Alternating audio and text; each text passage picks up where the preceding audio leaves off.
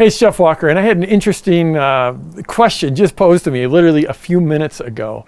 And it was like, if I was starting over, what would I do? Where would I start? What would be the first things I would do? So this is just, hypothetical, a bit of a thought experience or thought experiment. How would I start over if I had no list, no positioning, I wasn't a New York Times bestseller, I didn't know anyone, no contacts, no team, on and on. And let's just say I was going into a completely different market. What would I do? And the first thing I would do is I would start publishing, because that's the business that we're in. That's the business that I'm in and many of my students are in. And frankly, even if you're selling widgets, I think you really need to be in the publishing business.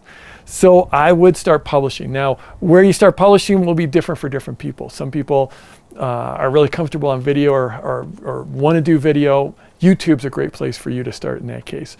Or if you're more comfortable writing, it might be a blog. Or you could start in social, or it could be Instagram, it could be Facebook, it could even be Twitter. But I would start publishing regularly. It's one of the lessons I've learned over the years, is regularly publishing is a real critical piece. You want people to come to start to depend on you in terms of your regular publishing. And the beautiful thing about starting out is, sometimes people, like when you're just starting on video, you might be uncomfortable. When you're just starting writing, you might need some more practice. But when you're just starting out, no one's paying attention. It's like you don't have this huge audience. Like right now, if I just put out a horrible video, I've got a lot of people watching me. But when I was starting out, if I put out something horrible, it didn't matter, because very few people are watching. So that's one of the beautiful things about starting out. So the first, absolute first thing I would do would be start publishing.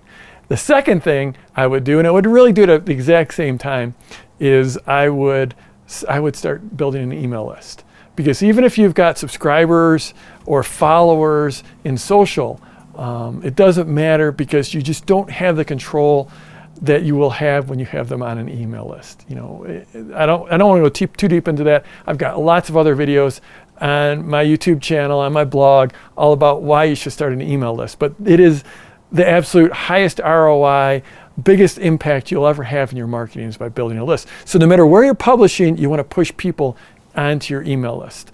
And that's just the basics of creating an opt-in page, a squeeze page with a lead magnet. So you drive people from wherever you're publishing, if it's YouTube, if it's Instagram, if it's on your blog, and drive them to your email list. Third thing I would do is I would figure out who the influencers are in my new market. I would look for the people that have big followings, and I would get to know them in some fashion or other. I would go to events that they're hanging out, go to events where they're speaking. I would study what they're publishing.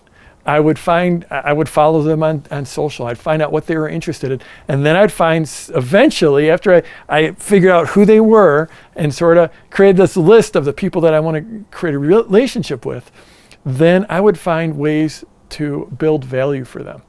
Lots of different ways you can do that. You can help sell their products as an affiliate. You could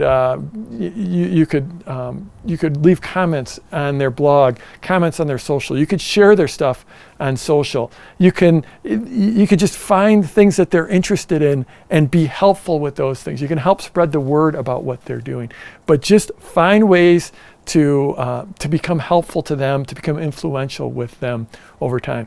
The fourth thing that I sort of mentioned in passing there is I would absolutely get out to live events, because that is where you really make connections. And if you look at the sort of the meta lesson of what I'm talking about, the two things I'm talking about is really, it's starting to build a following, and you're doing that by publishing. You're doing that by building your email list. So that's like one big one.